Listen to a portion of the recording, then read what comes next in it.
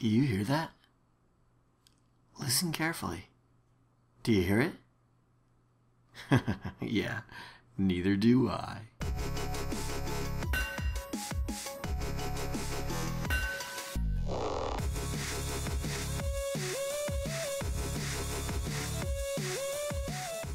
Hello guys, welcome back. Tango here again. And before we get started, I need to give a big thanks to Sargento Peppermint, a viewer of mine who just out of nowhere sent me that resource pack with the villagers that have been shut up. I am very pleased with that, so big thanks to him. He's got a YouTube channel which you might want to check out. I'll leave a link in the video description. All kinds of Minecraft content, bunch of tutorials and stuff. Some good stuff there, so check it out. That cow's been there for a long time. Not as long as that cow up there, though, if you can see him. But, yeah, so, you know, before I start every episode, I kind of take a step back and I say, well, where are we at? What should I do next? What would make a good video? And, you know, here we are, episode 31 or so. Whoops, thought it was up there. Episode 31 or so, and we haven't killed a wither yet, so I've really been thinking, okay, it's time, right? It's definitely time. So I spent some time in the Nether, poking around, looking for a good spot for a wither farm, and I found a good spot.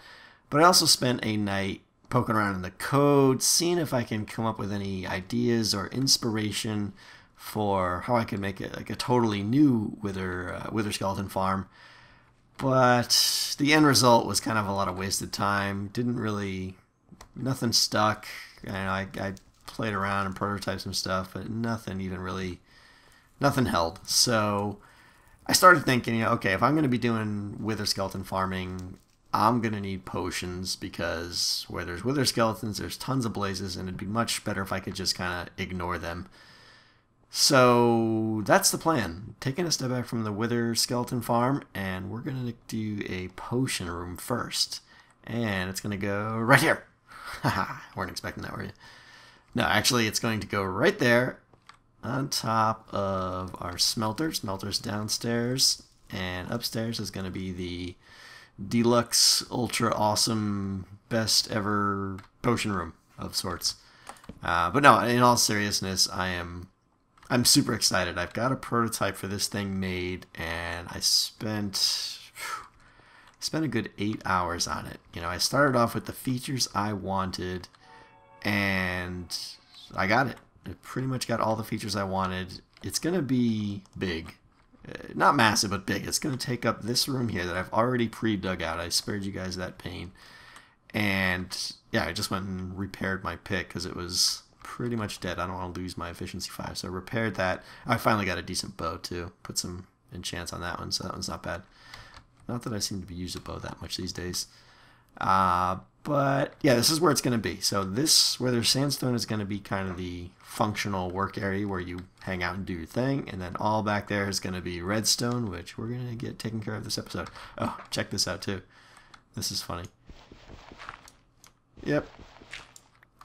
Edge of the mountain. Little bridge I have over there. The witch farm is like right over there, a little bit more.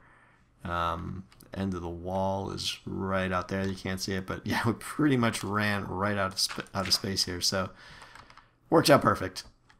Yeah, you can see down here is the roof of the smelter area down there. So anyway, I got my chest here with the things that I think are going to be needed. I'm going to try to do a little of the blue stained here. I like that color for the walls and stuff in here, but yeah, let's get started. Now, before I started designing my own potion room, of course, you know, got on the YouTubes and checked out what was out there, and there is no shortage of potion room designs out there. You know, there's some good ones, and there's a lot of bad ones, I gotta say. You know, pretty standard for any kind of system you're looking at, really. Most of them, unfortunately, were like these so-called automated systems that, you know, they made one potion, you know, automatically, but you had to step on a pressure plate to pull it out before you started the next one and stuff. So I was kind of turned off by a bunch of those. Then there's some that went with the idea, which I'm going with here, which you guys can probably guess where I'm going. and they're good, but they still only made one potion at a time. The closest one I found to what I wanted was by Code Crafted, actually. His was pretty good. It was a 2-wide tileable, but more quartz. But I didn't like, and it was fully automatic, which was one of the big things, which means, I guess, you know, I should clarify what I mean by that, because that's always a vague term thrown around. It would continue to produce potions automatically for you as long as it had ingredients, which is a really nice thing as far as I'm concerned. So his was good. The only thing I didn't like about his, the front facing of it, like the kind of the presentation of it, was kind of ugly. And it had the flaw where if it ran out of ingredients, say, you know, a potion required 4 ingredients, if it ran out of one of those ingredients, it would still run and try and like make the potion even though it was missing one of the ingredients. So that kind of turned me off, because then you're always going to have some kind of, your brewing stand's going to be in this like broken state. So that was close, but not quite. So what I've got here, you can kind of see, I'm going to have each of those item frames is going to have 1 ingredient in it for all possible potions. All the ingredients that go into making any potions. Let me finish up a little bit more, make a little step. Should have dug out more of the ceiling. And so it's going to be some of the key features I wanted. I'll start going over. I wanted it to be, you know, as I'm calling, fully automatic here. I want to be able to like pull a lever and it just makes potions till the cows come home, you know. Make potions until you can't make potions anymore, sort of thing. Did I do that wrong? I did do that wrong. Okay. And I also, as you can see with these lights here, what I wanted to do is have all kinds of nice indicators on it that told me, you know, what ingredients do I have, what ingredients do I need, what type of potion am I trying to make, that sort of thing. Whoops. Up there. That's good. I can reach from down here. And that's what I've come up with. So let me finish throwing these lights down here. Okay. So the process now is going to be, like I was saying, you're going to have, this is going to be your nether wart. Every slice here is going to be a different ingredient. So this is going to be your nether wart, which is why there's no lever, because every potion that really matters requires nether wart. And then all of these are going to be all the various ingredients. So, you know, you've probably seen some of the designs like this. You'll come in and you'll say like, oh, I want a healing potion, so give me some glistening melon, and maybe it's a splash healing potion, so give me some gunpowder, okay? And then you're going to come over, let's see, where's it going to be? Right, I think it's actually going to be right there. Let me reclaim this. Ah! Did you guys notice that? Like when you punch out a block that has an item frame on it, the item frame kind of hangs out for a while, very confused. And if you could swap in a new block for it sometimes without the item frame ever going away. I always thought that was kind of weird. Like, why does it, I don't know, just as a programmer, that scares me, why it doesn't pop off instantaneously. There's got to be some hack in the code going on there. But anyway, so yeah, I think that block I just placed there is actually going to be a light, but bear with me until we get some more details. And you're going to pick the ingredients you want, like I mentioned, okay? And then you're going to come over here and hit this button, and it's going to turn the system on. So as you can see down here, the lights indicate which potions you want to go into the currently brewing potion.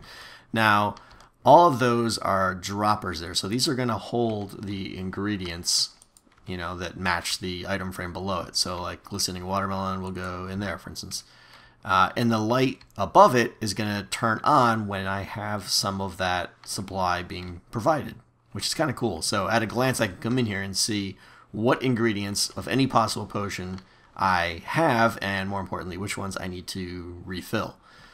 So yeah, you're going to select the ingredients you want and turn the thing on, and it's going to start going. So it's going to brew the first potion, and then when that one's done, it's going to just keep brewing more of that potion until you either turn the system off or until, and this is the feature that I wanted the most, until any one of the ingredients that you're currently requesting, in this case those two, runs out. So if, for instance, as we're doing this, you know, oops, ran out of gunpowder, that light would turn off and the system would basically shut off and say, okay, you're trying to make a potion that you don't have all the ingredients for. We're gonna stop automatically.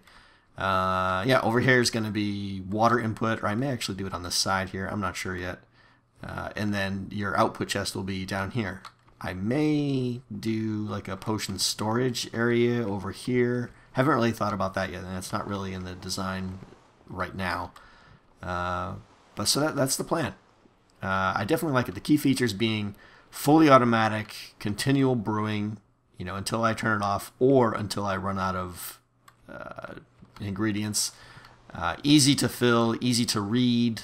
It's all going to be pretty straightforward. So let me go see what ingredients I actually have here, because I know I don't even have them all. You know, some of them I haven't crafted or haven't even found yet. So let me fill in the ones I got, and we'll go from there. Well, that wasn't too bad. I had most of the ingredients. I had to craft a couple of them, but ironically, the one that I am missing is the glistening melon. Whee! Believe it or not, I have no melons, or at least I just have no idea where they are. I can't find them. What I do have, though, is some seeds here from some dungeons that I dug up a long time ago. So it's time to get old school here, and we're gonna make a little temporary farm here and grow some melons. And there's more of that leg. Let's see here. Is that gonna work? Put some water in there. Oh, and I gotta say, to all you that were mocking me last episode for my diamond hoe purchase, oh yeah, busting it out like a champ. You better recognize. These seeds are gonna grow 3 times faster because they were hoed like a champ. Alright, let me get some bone meal going here. Some of that, you too. Alright, look at that pro. I'm gonna make a tutorial for this, guys. What do you think? Amazing. Amazing. Alright, hopefully I even did that right. I think they should grow, and then we'll be able to get our glistening action on here. Alright, so we got our ingredients. So what I'm gonna try and do now, there's like a ton of redstone work that's got to happen back there. I got some stuff I want to chat about, and I'm gonna try and do the redstone at the same time and see if I don't make my brain explode. So let me get my goods and we'll go. Okay, let's head in the back here and get started. Give me my stickies here. So one of the things, or the thing I should say, I want to talk about to you guys while I'm trying to build here, we'll see if I can pull it off, is the process of making my LP, you know, why it takes so long, and so you guys can better understand, and maybe you guys will have insight or ideas or something about how to improve on that process, but just also mostly so you guys understand, you know, where my time's going when I do this. And then with that said, I want to talk about a little after that about where the channel's gonna go, or where it could go, I should say. Why is that one on? Oh, I forgot to turn these off back here. Alright, so, you know, obviously you guys know it takes me forever and a day to make a video, and I've done my share of complaining about this in previous episodes, but I want you to understand what the process is. I figured it'd be something decent to talk about here. And yes, I am using iron blocks for redstoning, so you guys don't need to comment. Every time I do this, I get about 1,000 comments.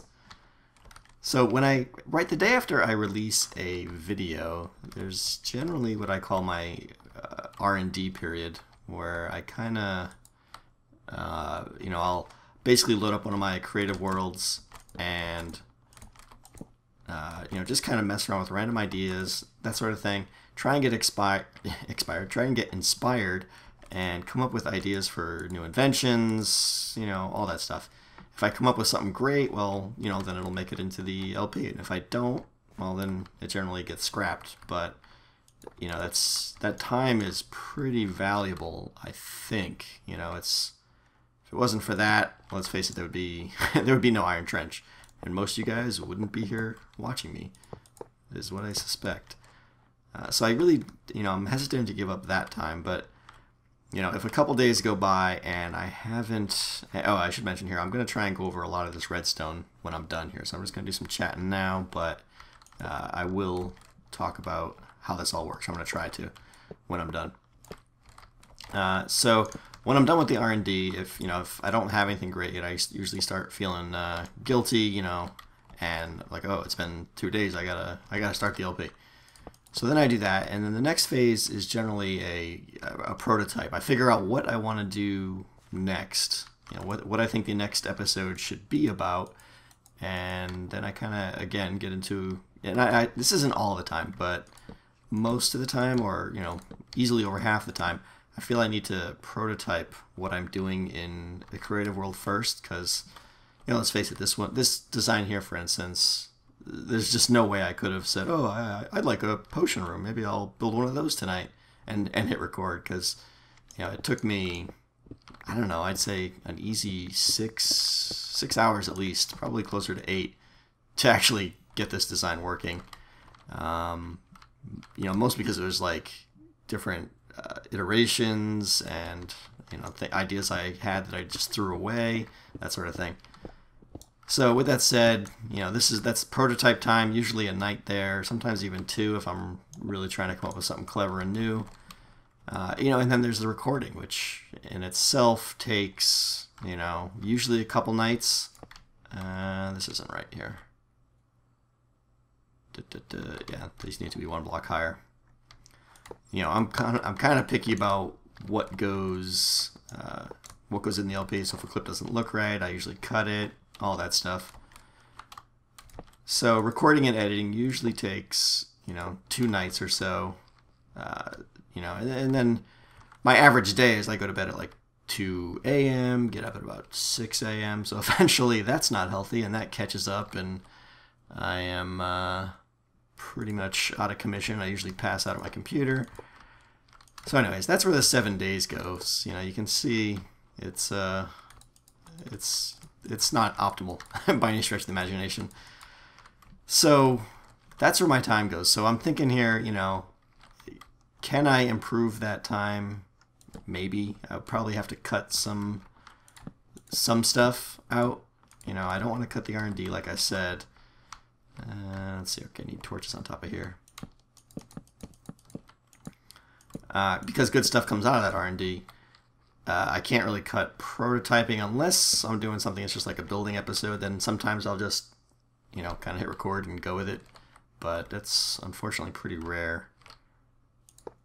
Blocks up top there. I need some stuff on the side here so I can hop up now.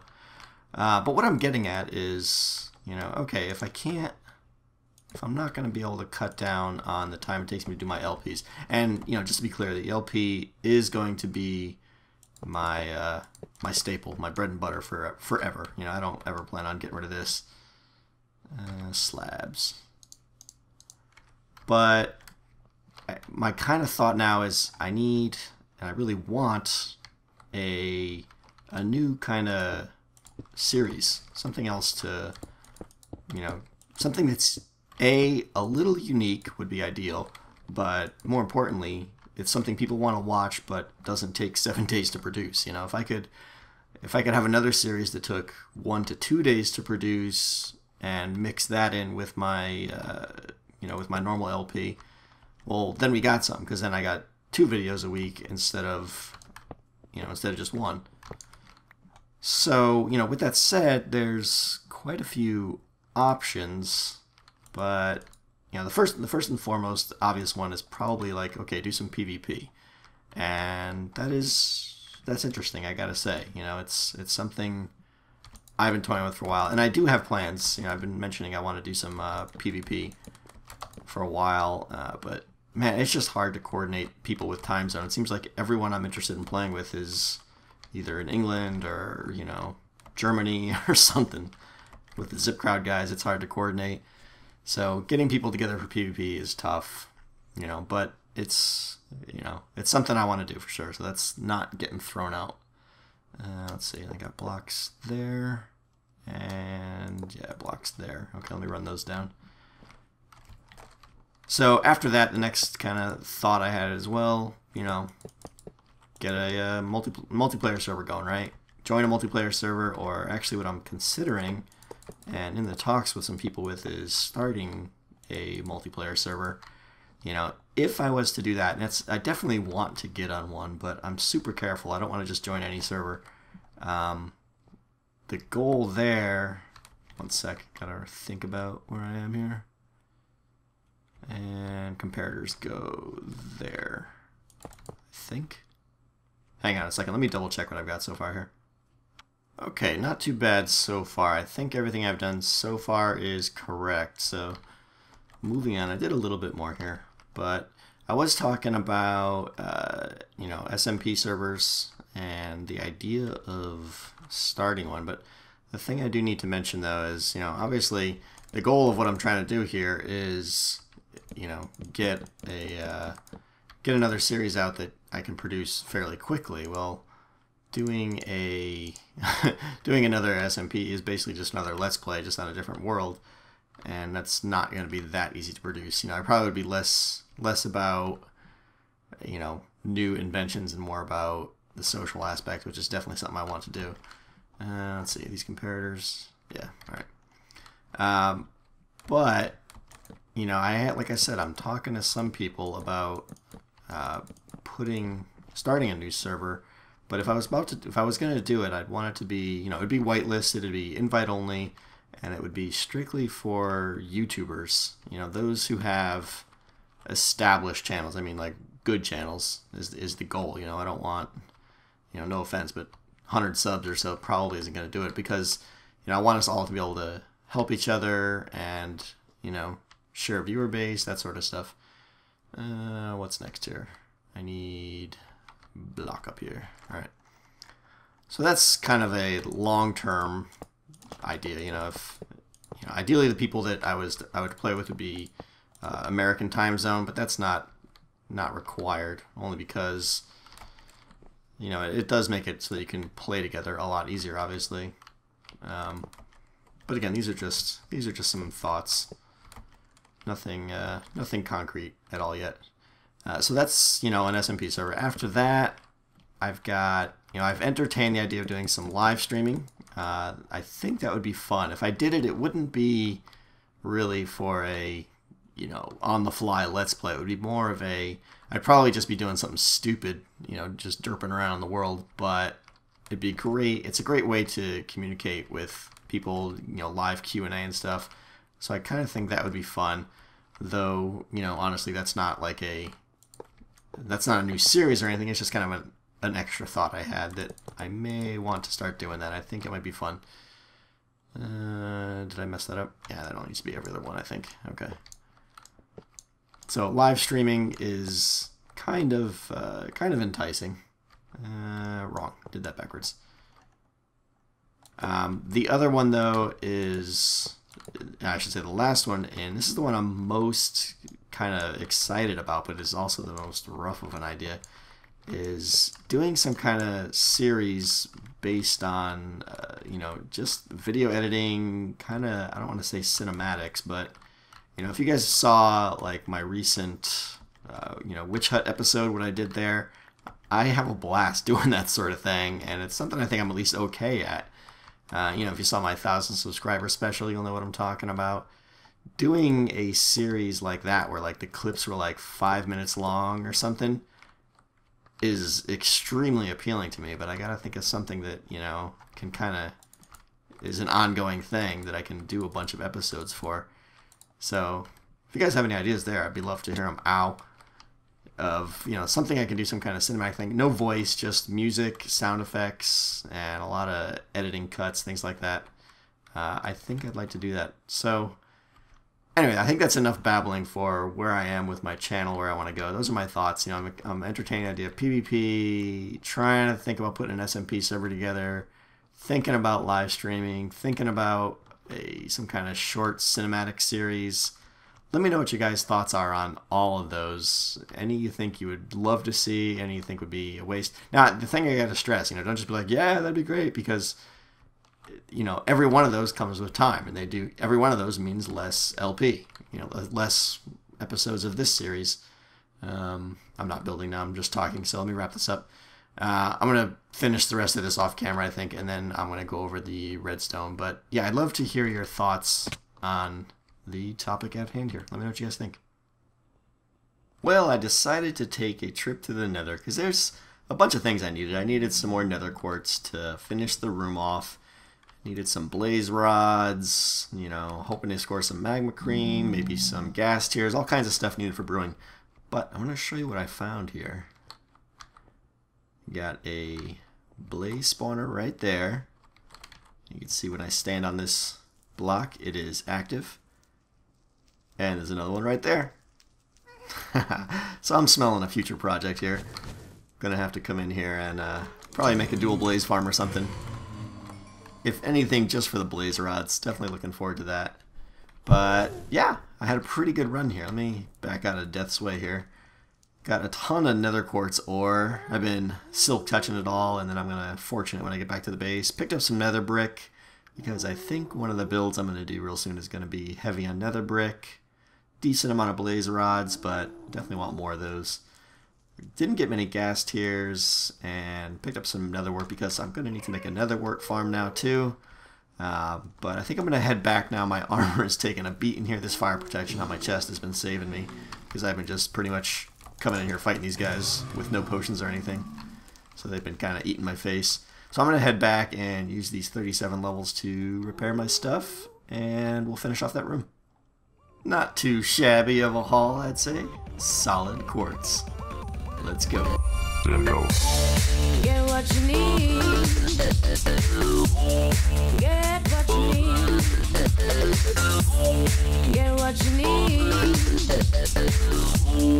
Elusive, take it up another level. Get what you need. Get what you need. Get what you need. Elusive, take it up another level. It's a connection.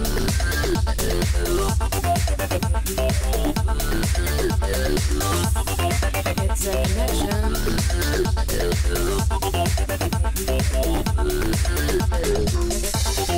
It's a connection.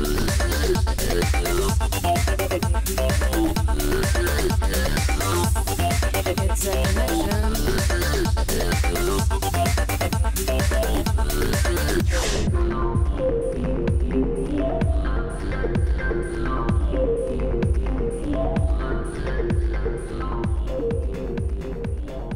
Alright, potion room is done. Let's go check it out. I'm pretty happy with how it turned out here. This is the room. I went with the blue clay, as I mentioned in the past there.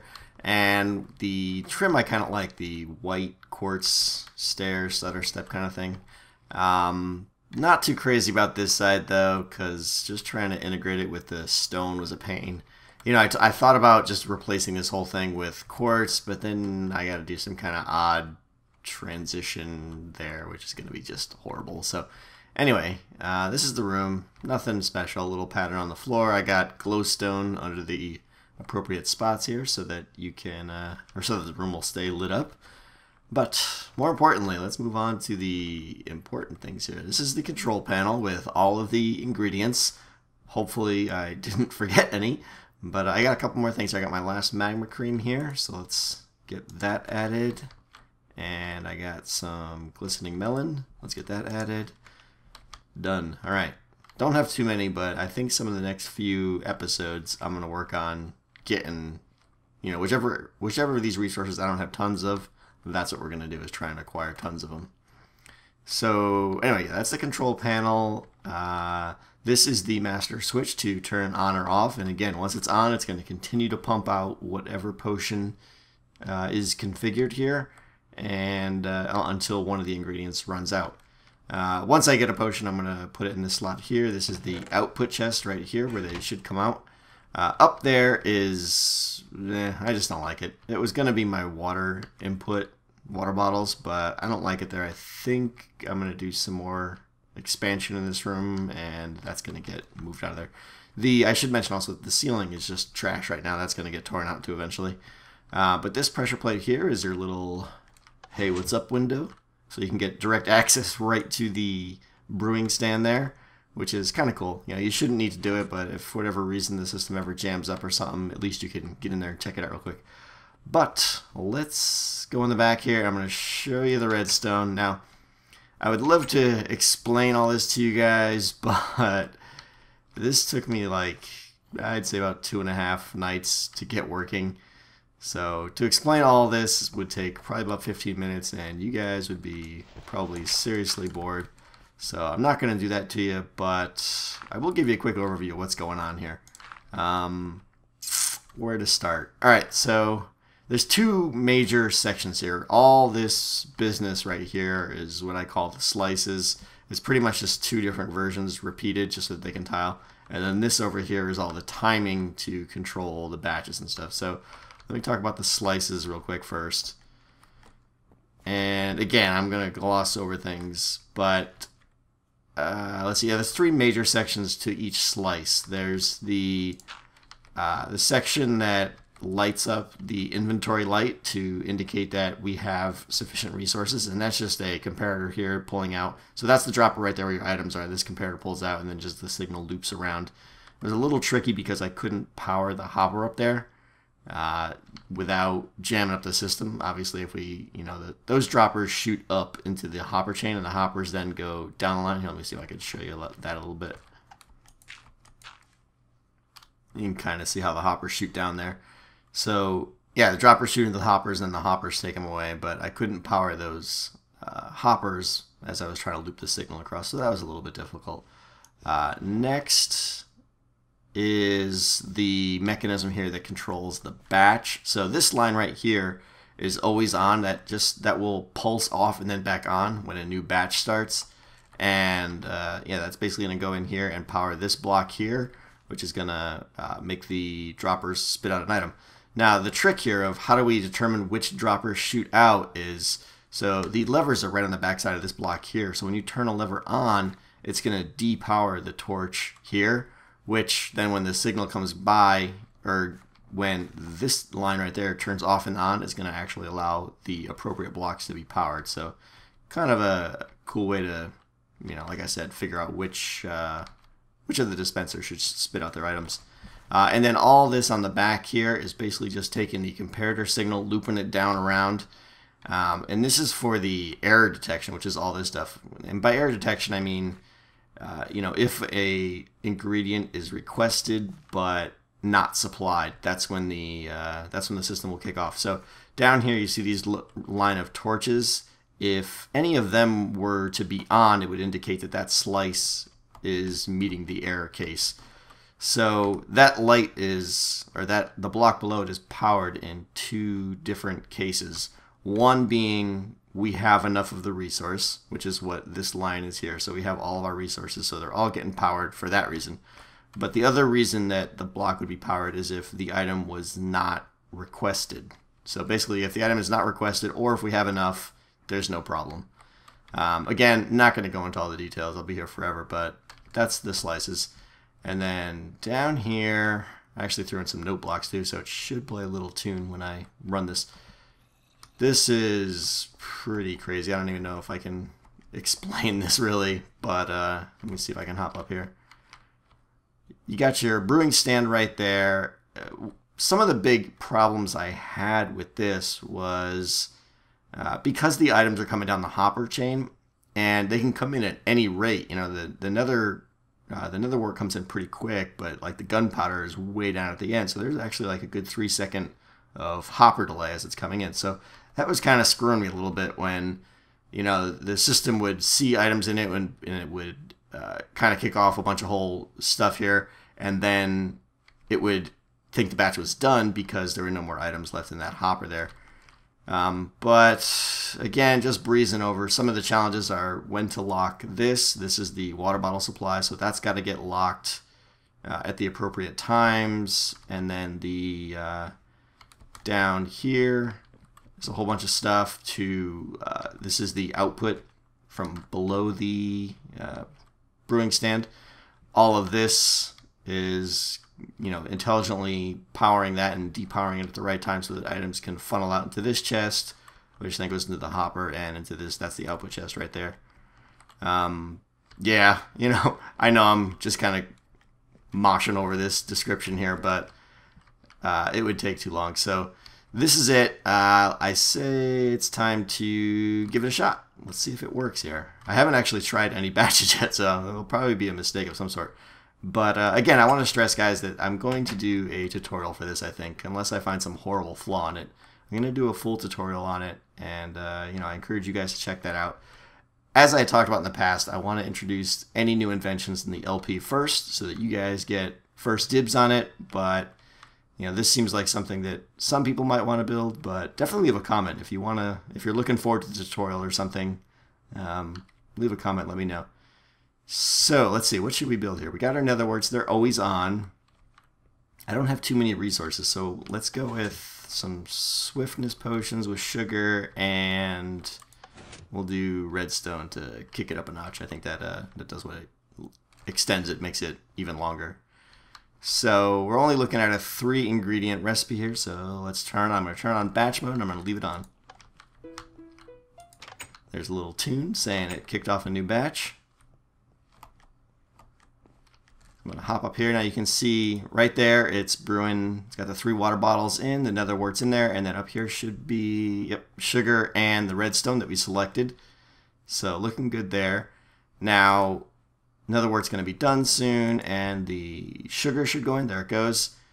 And when that's done, the redstone will go in, and once the last one leaves this hopper, it kind of kicks off a system where back here there's just kind of a hopper timer, and what that does is it keeps the system alive long enough for that last item to process before it unlocks, which is done through here. So let's see if we can peek in there. No, we can't. Alright, let me hop back up there. Alright, so he's done. Yep. Redstone's going to finish. Let's see if it works. There goes the items. Nice. There goes another batch. And there goes some more. Alright, I got another wart and another set. Awesome. So it seems to be working.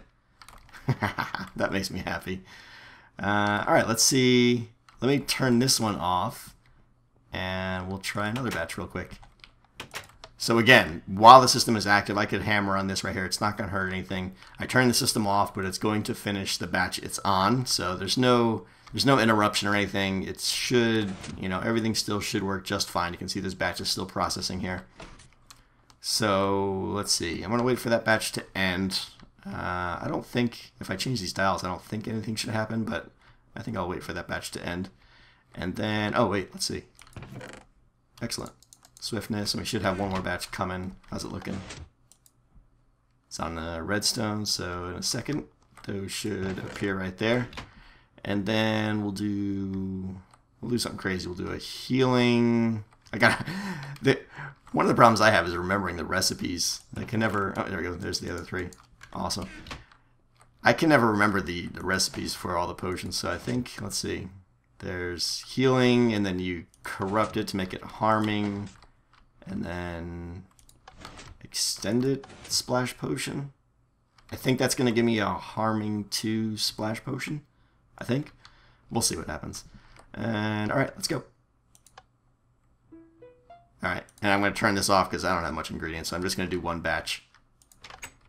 Go see how it's working. If I can hop up here. And alright. Perfect. In other words, in there, and then we got the ingredients in order: glistening melon, fermented glowstone, and then gunpowder.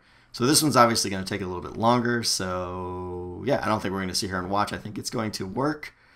And yeah, future improvements to this now, I'm not sure. I probably want to, you know, I might want to extend this tune here and make it some little crazy jingle if I want to put the time into it. But what I think I want to do is get a nether wart farm. And I think what I might do, let me know what you guys think. I think I might tear out this ceiling and make it like all exposed and put a nether wart farm all up there, kind of ringing this room. Just an idea, no real, that's the extent of the idea right there. I might put some potion storage in this wall here, Maybe with some silo systems. Depends. Probably not, because there's going to be so many different types I want to store. And then, yeah, the water access where I put new water bottles. That may be integrated into the upstairs. There may be like a staircase here or something that loops back around. Let me know what you guys think. And let's see how the potion's doing here. We should be close to done. Oh, it's on gunpowder. Excellent. Yep. Harming 2, and this is going to make it splash. And it should show up. I'm super loving this system. This is great. Alright, let's see here. Are we done? There it goes. And there's my batch. Perfect. Alright guys, I'm going to wrap up this episode now because it is a long one, but very pleased with how this turned out. Let me know what you guys think. Let me know if you have any ideas for improvements or if you have any questions about how the redstone works. I know I didn't go over it in any detail, but if you have any broad questions, I'll be happy to answer them in the comments. And yeah, I think next episode, like I said, will be a full tutorial for this, so sit tight if that's what you're looking for. Alright guys, that is going to do it, and I am going to probably think about making a real melon farm soon. That may be coming up. Alright guys, until next time, later.